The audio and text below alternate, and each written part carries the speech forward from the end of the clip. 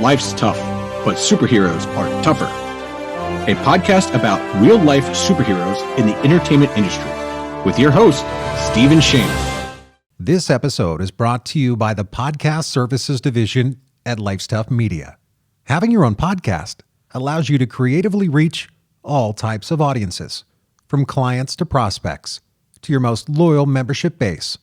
And by utilizing studio affiliates located around the world, coupled with quality remote recording capabilities, Life's Tough Media makes having a corporate podcast easier than ever before. Contact us for a no-obligation consultation at info@lifestuff.com or visit lifestuff.com to learn more. Welcome back, everybody, to a new episode. Today we have Toni Domenech from ICM. Toni is a longtime friend of the show, longtime friend of mine. Alex, I think you must have crossed paths at some point. Paths. Definitely. Toni has a very, very interesting story. I not only know her, I know her sisters, I know her mom, I know the whole mishpacha, as we say in Hebrew. And so, Toni, thank you for joining us tonight. Of course. Thank you so much for having me here. Thank you, guys. Yeah. So, people always say to me, Stephen, all these people in the industry, you have all these friends in the industry. They're so interesting. They have all these interesting backgrounds. And for the show, we really try to bring in different perspectives, different views, different backgrounds. And Toni's got an amazing, amazing story. So, Toni, why don't you tell us a little bit about your background and how you wound up at ICM, and then a little bit about what you do at ICM. Yeah. Oh my gosh. This is going to date me, but I'm willing to go this. I'm giving you guys the exclusive. So I came out to California back in 2009 for school. So I was, going to film school. I wanted to, get into producing, line producing. So behind the scenes, that was kind of the world that really attracted me. My older sister, Amanda, she was out here previously. She's a writer. And so when I came out here, I was just trying to figure out this space, grew up in Pennsylvania, small town. And, in the industry, you always need experience, right? You need experience to get hired any place and all that. So for me, I volunteered because my sister volunteered, and that's helped with her at a Comic-Con, right? Christian Entertainment. There was a small Comic-Con. I was like, okay, I'll volunteer. Oh, look, anything on my resume, right? I was like, I need something besides being a barista. So I went there and met with Stephanie and, did the whole, went to her and be like, hey, can I take you out for coffee? Just anything, right? Words of advice, anything like that. And that happened, we took out for coffee. It just kind of serendipitous happened where she was looking for an assistant. And I was like, what? Anything that pays more than a barista, I will take it. And I was actually a junior at college at that time. So I was able to move my schedule around. So I worked full time at Creation as her assistant, doing a lot of travel. And then at night, I went to night classes. So from 9 to 5, worked the job. And then from 7 to 11, I went to film school. So by the way, I did a very similar schedule when I went to college. My first few years when I was at Wizard, I was doing that 9 to 5 and then 6 to 9 at college. I was falling asleep in my classes. Oh, it was brutal. It's brutal. I can't describe, you would just get so exhausted because, you're trying to say I'm going to give myself credit. I was part of the Laurel Society, was number 2 in my class. And so that's a good pat on the back. That's fine. Thing.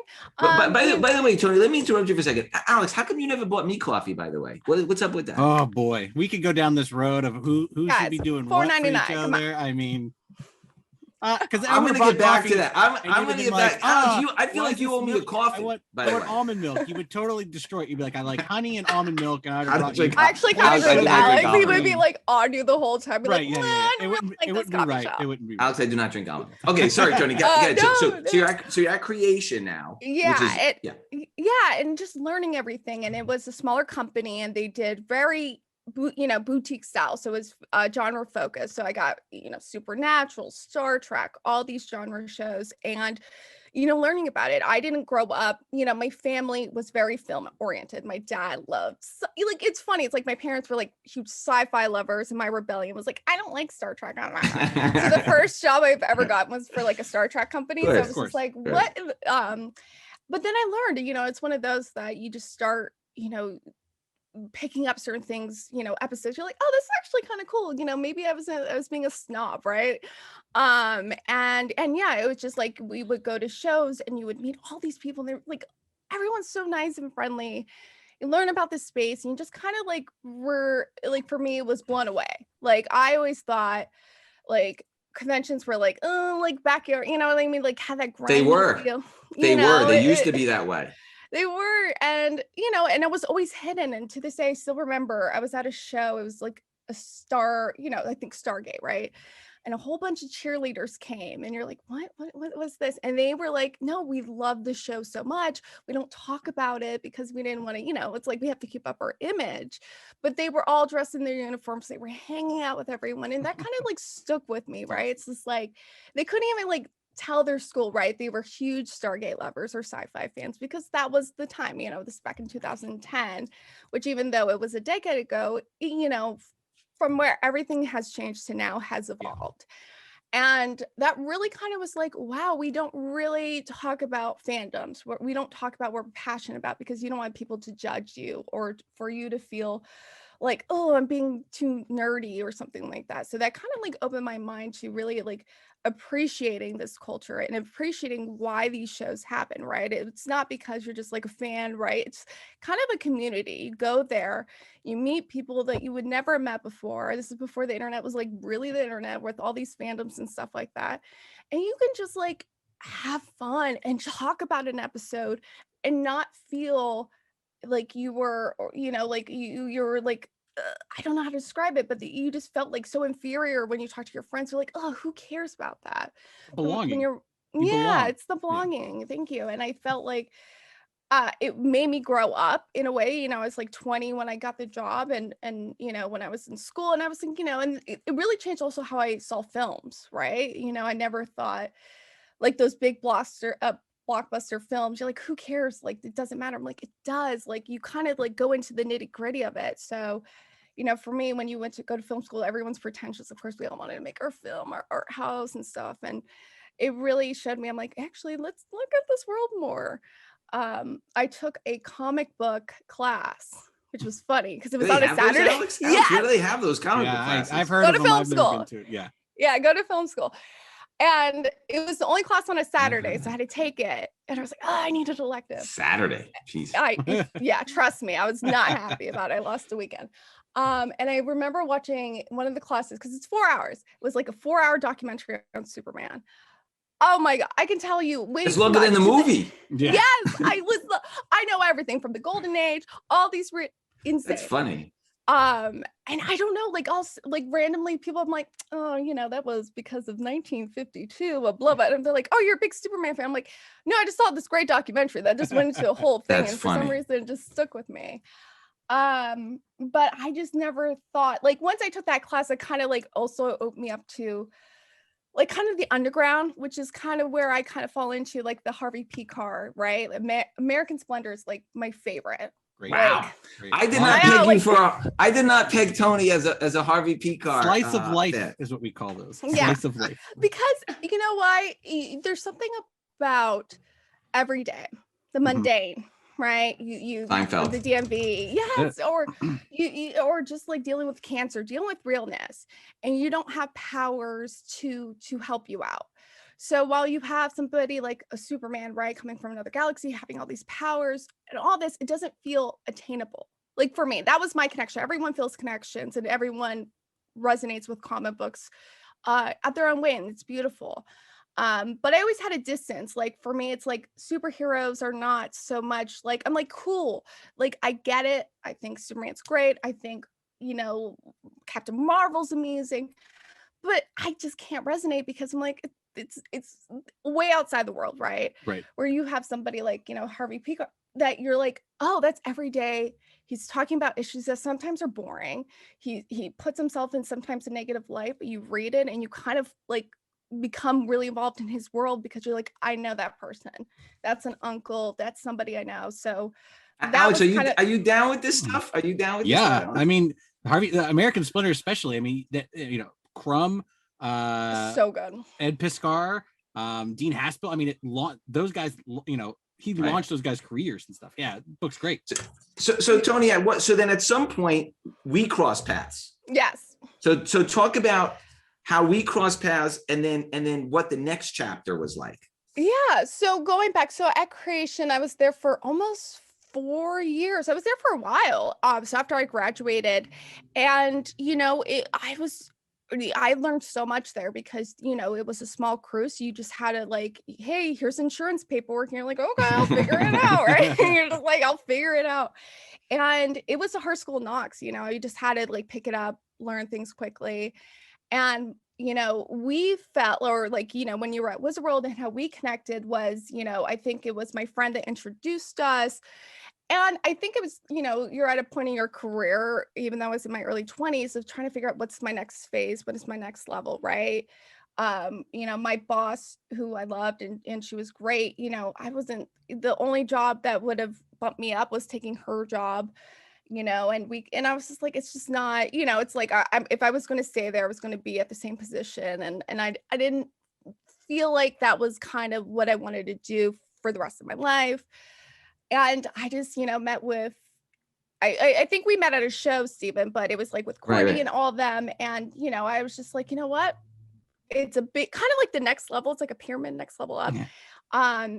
Decided to kind of like jump in and expand this world, just because at the time it was really growing, the amount of shows, the travel opportunities.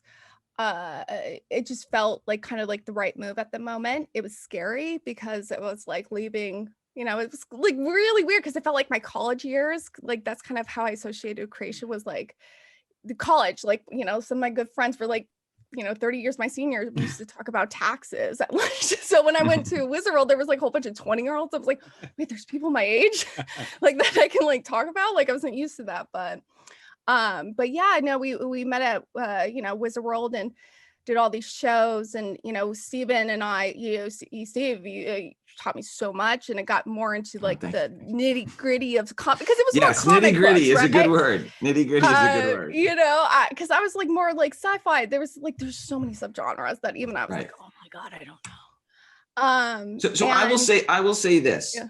When I first spoke with you, I remember, and by the way, Alex will laugh. I don't know if I've told him this story. I remember when we hired Alex and Katie, and I do remember speaking with Toni the first time. And this is what impressed me. And it's something I mentioned to you earlier, which is, I was like, you're like, oh, Paul Wesley, this is his, you knew what he liked, where he traveled from, what his amenities were, where, and I was like, oh my God, this woman has like this memory of like every single actor that she worked with, what their preferences are, where they fly out of, how they want to travel, where they want to travel, who they want to travel with.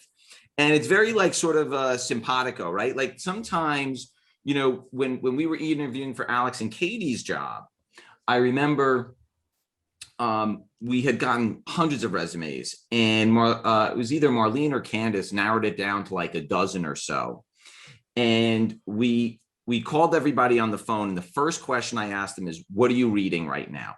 Very simple, basic question for Artist Alley people. Mm-hmm. And with the exception of Alex and Katie, everybody gave me these generic answers. Oh, I'm reading Batman. Oh, I'm reading Spider-Man. Oh, I'm reading Superman. Yeah. To your point with Harvey Picar, Alex and Katie, I don't remember the exact titles they told me. And Alex, I don't know if you remember the conversation. However, I had them on speaker.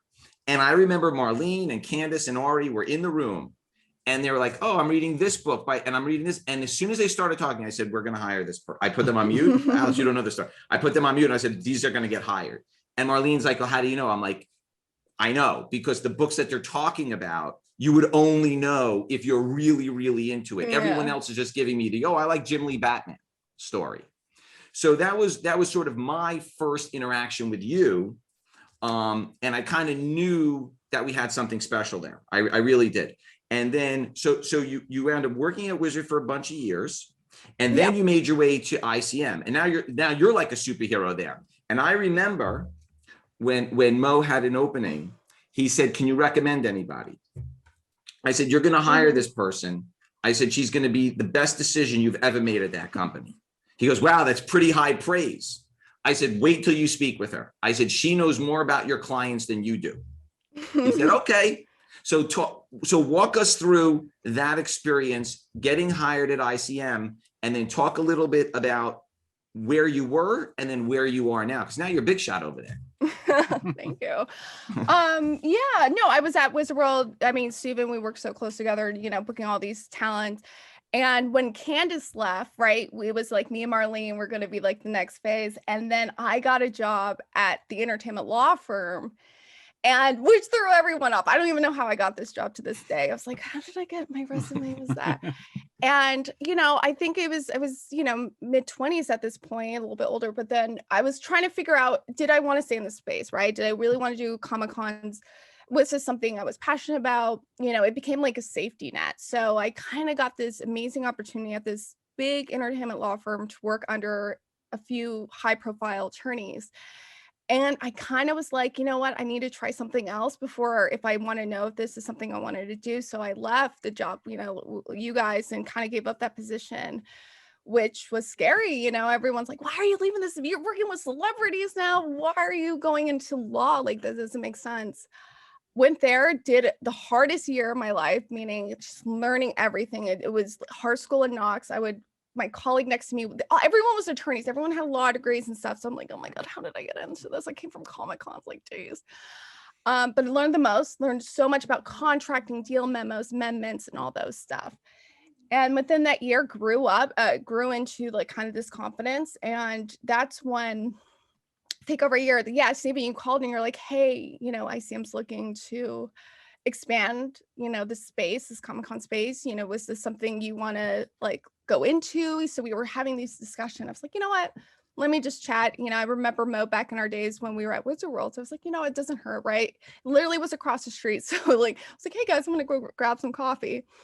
Met with them. Again, Alex, with the coffee, by the way. I always got a coffee. Coffee always gets me like a job for some reason. I guess if you can learn anything from Alex, you owe me 2 coffees now. I'm writing it down. I'm Steven. Alex, you owe me 2 coffees. I wish you guys have a bing every time I mention coffee. Yeah. And I met with Mo, and he was explaining like, hey, this space has just it's constantly growing. We're working in all these countries, all this stuff, right? And I don't know why.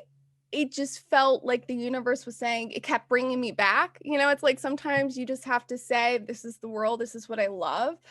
I tried something else, found it to be great, found to be passionate, but I just felt like it was like I couldn't pass up this amazing opportunity, and and to work with a colleague and to try further. Let's push myself kind of outside my comfort zone. And in the position where I was at, see, this is good about being in a lawyer's office. I kind of learned to negotiate, because they're like, hey, we'll bring you in as an assistant. I was like, no. I'm not going to come in. I got a good job here. Was able to be in as a coordinator. For people that don't know, it's kind of like a junior agent. So before you're an agent, there's hierarchies. And I worked alongside Mo for, I think 2 years, a year and a half. But kind of, I had to retrain my brain, because, for over 6 years, 7 years, working at Creation and also Wizard World, you have to think as a buyer. You have to think in, how do you get these big names for, reasonable prices and all that. And now at the other end, I have to think about, okay, client first, how do I, get these prices to the way that talent will go there? So, I had to like kind of restructure my brain to think in a different way, but it also helped me kind of, when I talk to buyers, know, what type of deal structure, what do they do? I can smell like, oh, okay, well, we don't really provide those. So you can kind of fill out like the people that you don't really know about, or the new shows, just to see their experience level, just because, when I was at Wizard World, we would, produce so many shows together, do all that.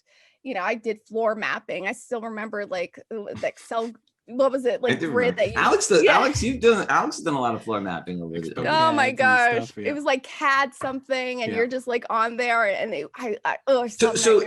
so let me lay out a little bit of a scenario. So now you're there for 2 years. Mm-hmm. Mo winds up leaving. Mm-hmm. There's a vacancy. And then talk a little bit about, Hollywood, especially the agencies, they're looking for women of color, and then talk about your ascendancy to your current role. Yeah. So, when Mo came to me and told me he was, leaving to kind of start his own career, which I give credit to, you got to sometimes do what you find best. I was, I wasn't scared about my position. I knew I was fine. I was curious to see if they were going to promote me like into like the head position. They're going to bring someone in.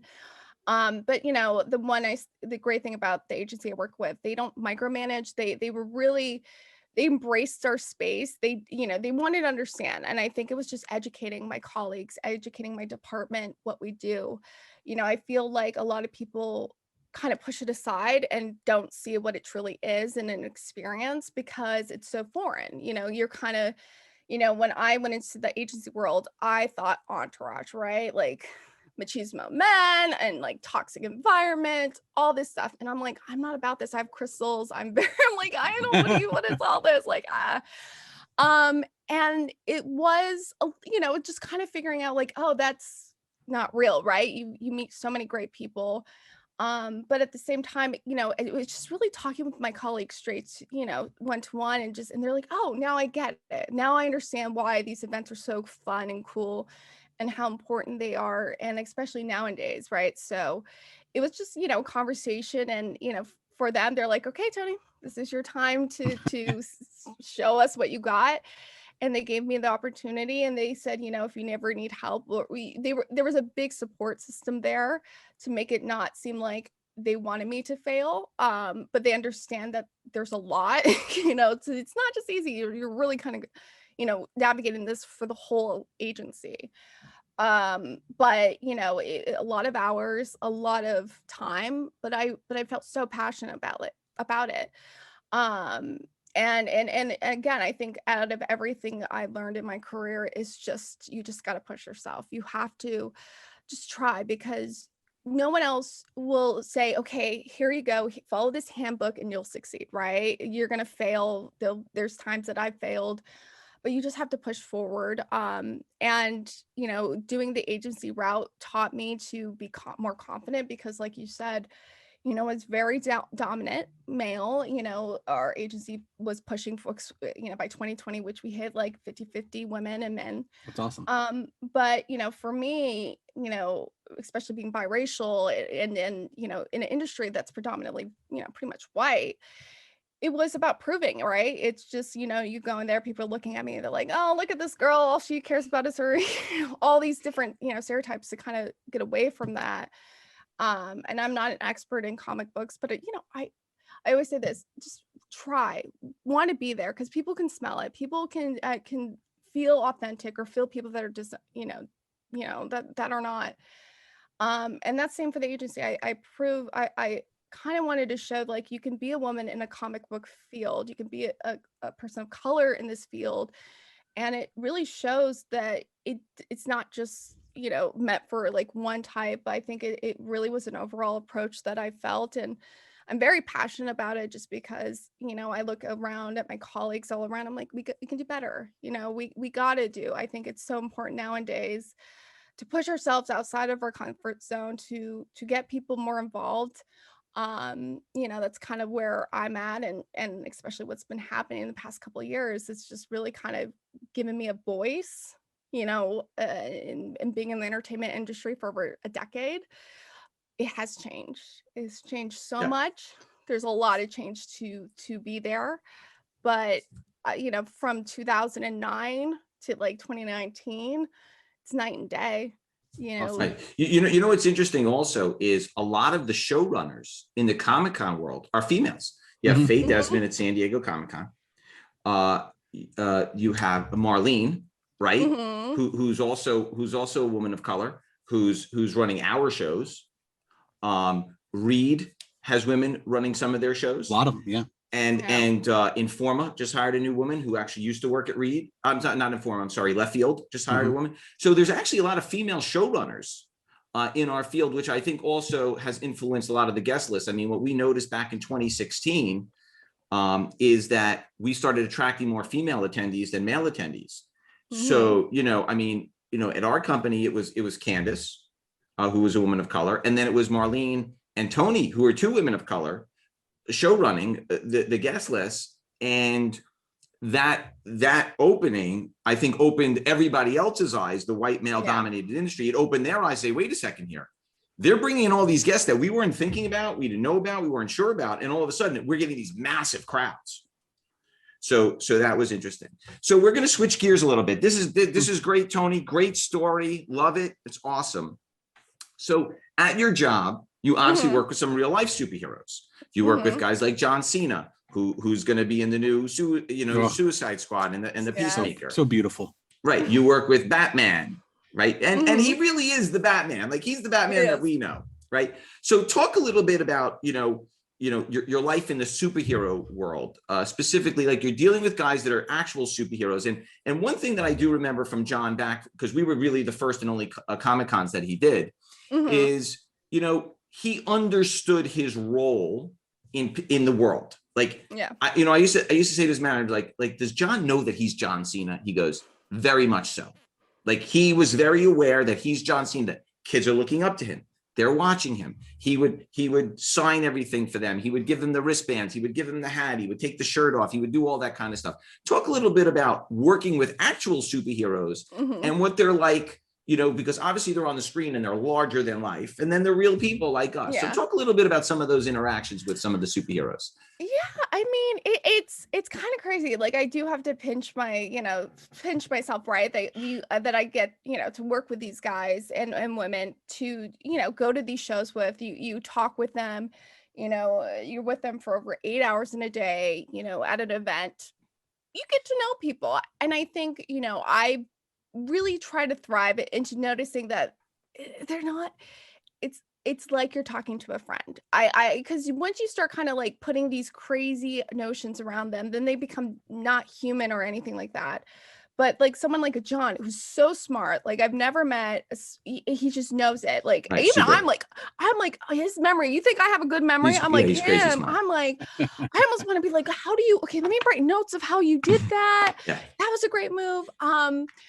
But all of them, I'm very respectful, very, I don't, there's nothing great. They are who they are, and it shows, and fans meet them and you can see it in their face. I think that's the best moment of, my job, is actually seeing, it's like we do a lot of paperwork, right? When we negotiate, there's contracting, following all that stuff. But you don't get to see, so it's very black and white, the paperwork. So you have to do everything. So it becomes kind of a number and analysis. But when you go on site, it doesn't become that. It becomes it's all fruition. Everything is there, right? You're seeing the photo ops, you're seeing the fans. And I noticed that it's a different type of environment. Some artists thrive on that. They get a little bit like excited because, people tell them about the work and hearing these meaningful stories. And they break your heart. Like, some of them, I'm like, damn, like, like, I'm sorry, but I was like, this hurts me and I'm not involved. And you see the talent respond to that, and it's beautiful. And I think, and it stays with them. I've had conversations a lot with, especially the up and coming artists that we represent, and even our big names, right? And they come, they're like, whoa, it's a lot. Not in a bad way, but kind of like they didn't realize. They understand it. They understand that they're popular and all this. But when they actually get to meet someone for, even if it's 6 seconds, right?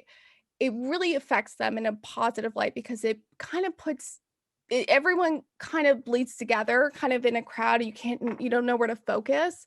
But when you meet someone one-on-one, then you start putting a name to them, and then you start kind of getting attached to them. And you can see from the artist's perspective, it does mean a lot. Sometimes they show it at work, like you can see it on their face, and sometimes they internalize it. But I had a lot of great conversations with, artists that afterwards are like, I'm exhausted. I need a bubble bath. I just need to decompress. But they're like, I didn't realize that it affected this person that much. Or I'm seeing a 6-year-old kid dress up as a costume. And they're like, that's cool. Like, that's my job. And I'm actually seeing people that love it and are passionate about it come to these shows, and I get to hang out with them. And I think that's kind of like our job, is to kind of create a safe environment where people can go out and just meet. And I like the word celebrity, I always kind of go, because I feel like it's so disconnected, because we're all human.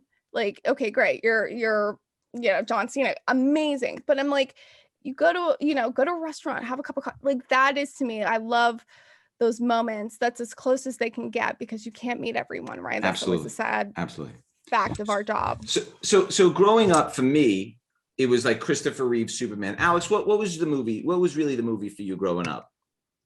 Well, I mean, Batman '89. I mean, that was Batman '89. That was huge. That was huge. I'm down with that too. I'm down with that too. So Toni, when we talk about culture and something that you mentioned about being a biracial female, obviously when Alex and I were kids, it was Batman. It was Christopher Reeve Superman. Those were the films that we really had the option of seeing. Today, you are about to see the release of Shang-Chi. Yep. We saw the release of Black Panther, which for the solo Marvel film, superhero film, it's the #1 standalone non-Avengers Marvel film, $1.4 billion. Wonder Woman sort of transformed everything. Captain Marvel was $1 billion film. Zoe Saldana, in Na'vi in Avatar, #1 film again of all time. So obviously, Alex and I have sort of one view of things that we saw growing up. Obviously, you have a different view of things growing up. How do you feel the culture is reflecting these changes? What are the changes that you're seeing when you go to the theaters, the choices that you have now versus what you had then, even on the small screen, Batwoman and some of these other shows? Yeah. Talk a little bit about how the superhero culture has influenced the films and the television and vice versa, and what you see on the screen and how it affects you. Because I could tell you, when I saw like a Schindler's List being Jewish in the theater, it had a very profound effect on my life. So talk a little bit about that.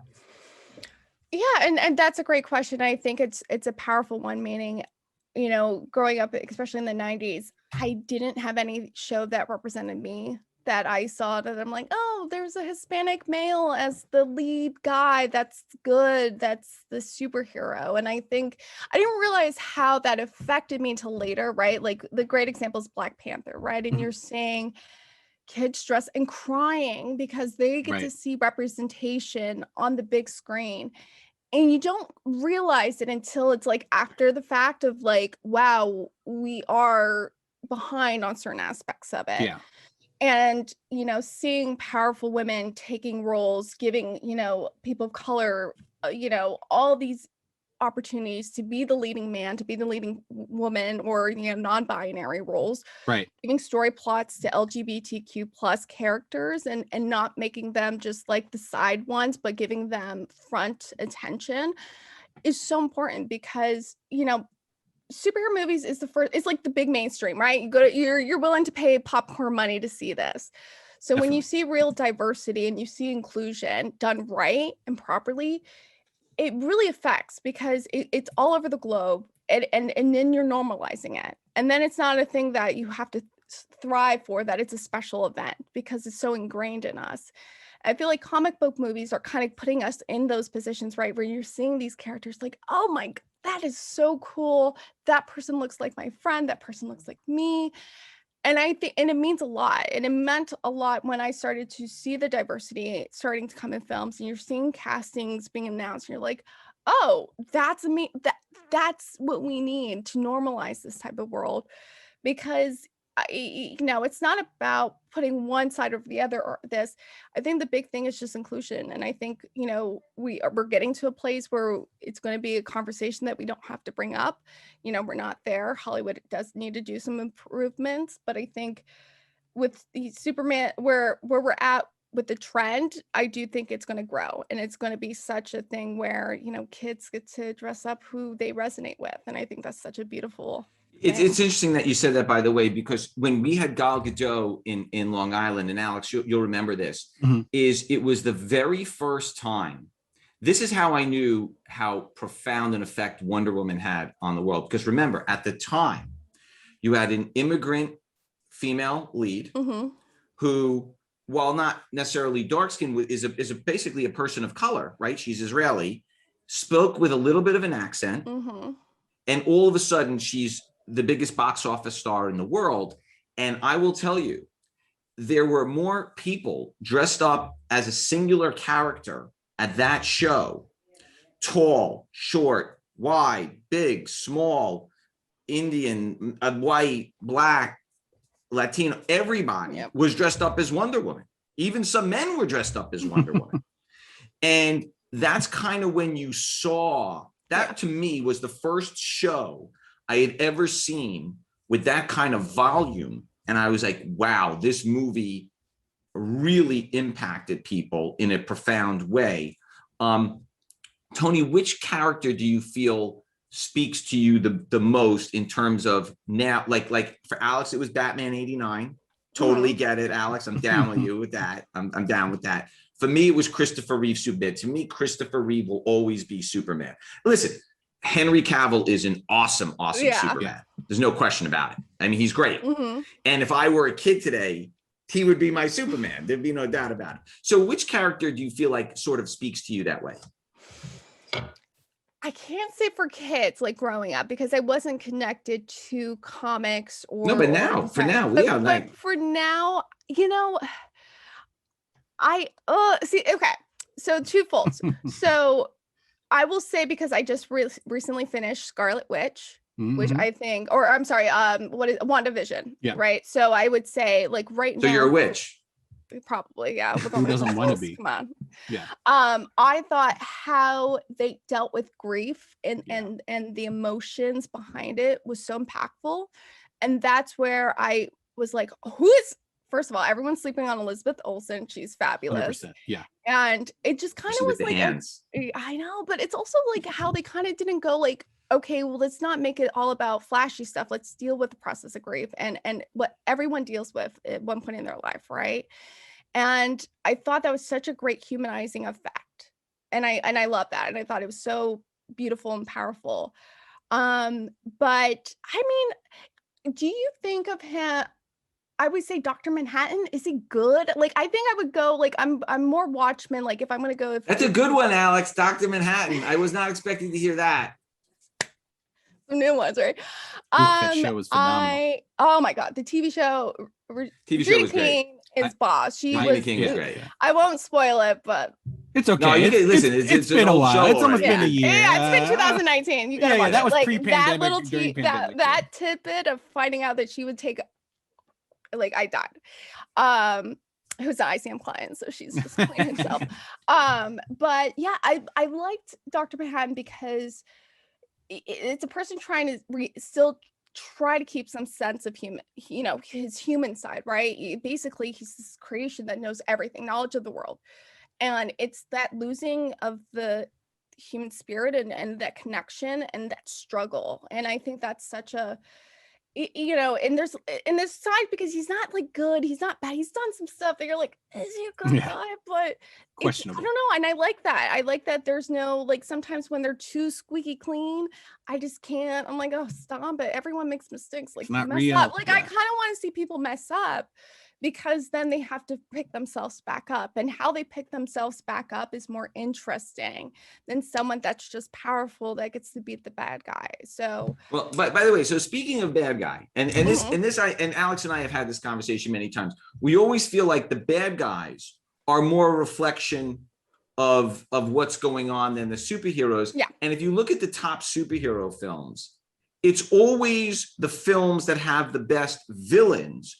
To me, it's The Dark Knight with Heath Ledger. Yeah. Right. Yeah. I don't know that there's ever been a better villain. Obviously, it's up for debate. I don't know. You know, what makes that film is the Heath Ledger Joker. Yeah. He's barely in it. Like, if you think about it, he's not in it that long, but he was so good. He's so good, right? He's so good. So, you know, Alex and I have had this debate many times. Alex, for you, who is the villain that you sort of like, oh, I like it. Like you liked Heath Ledger's Joker, right? Yeah. So Alex, where are you on that? Oh man. I mean, I hate to be like, Thanos, because, you know, everybody, but man, talk about like a seed in the early Marvel movies, and to come to fruition with Thanos, and just to see that's him. True. And again, we talked about his idea isn't terrible. I mean, yeah, it's bad to destroy 50% of the population, but he's doing it so everybody could survive, and there was more stuff for people, more you know, more food, more everything. A terrible way to do it, but his intentions were technically in a positive manner. He could justify it to himself. He could do anything. He could control the universe or not, but you know. So Toni, I Okay. actually think this speaks a lot about a person, because obviously everybody knows my favorite is Loki, so I won't go into it. So talk little bit about Is he a bit bad like Alex guy? had the Thanos, Right? Hmm? That's the whole point. Is he I a don't bad think he's a guy? bad guy, but okay. He Well, that's did a some bad different episode. That's a things. different. Yeah, I'm Yeah. like, We could have a um, whole series on Loki, good or bad guy. exactly. But I'm sorry, but I think the best villains in general are the Batman series. Mhm. You can't. It's just because you have Joker, which come on, you have Heath Ledger. I love Joaquin Phoenix. I thought Mhm. what he did was so brilliant. It's slow burn. That's what I love. I love a slow burn. So for everyone that's like it was too quiet. That was my type of comic book movie. I love quietness. But you have like Catwoman, like Eartha Kitt's Catwoman was so Oh, yeah. sexy, and you're just like, I want to be her. But you kind of think about it, like if you look at it in like comic book standards, right?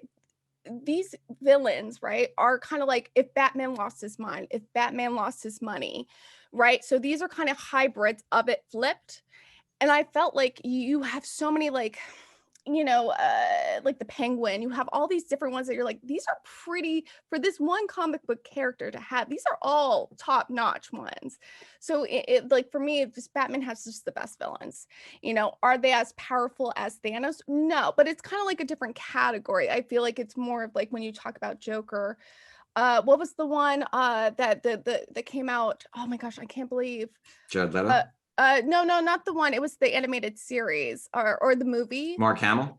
And the animated movie. Oh my god, it's like Returning Pictionary. Joker? Batman Beyond Returning The Joker? joke on the Killing of Joke. Oh, the Think that- Killing Joke. Yeah. The Killing Batman Joke. Killing Joke. Right. Yeah. Oh yeah, It's a comic book, and then you saw the animation of it. Yeah. I love the idea that you kind of like humanize them and see what was that moment that turned, right? You always have a moment. It's like a crossroads that everyone faces. Like what pathway are you going to go, and the commitment to this side of it. So I thought the Joker is just so good. That's why two people won an Oscar for it. Right. You just the material funny, is just right? Two so different people. meaty. And I just think that overall, just that whole world is just so many. So I'm so excited to see what they're going to do for the that's next cool. Batman movie. So we'll wrap it up with this. So Okay. Toni, but before, unless there's anything else that you want to sort of bring up from your own life, we all encounter superheroes every day. Obviously, our families are superheroes to us. Whether it's our parents, our sisters, our friends, and family. In your sort of walk of life and your normal life, where do you see a normal situation or a regular human situation where you're like, you know what, that seems super heroic to me? Just as sort of an everyday sort of, super heroic moment in your life.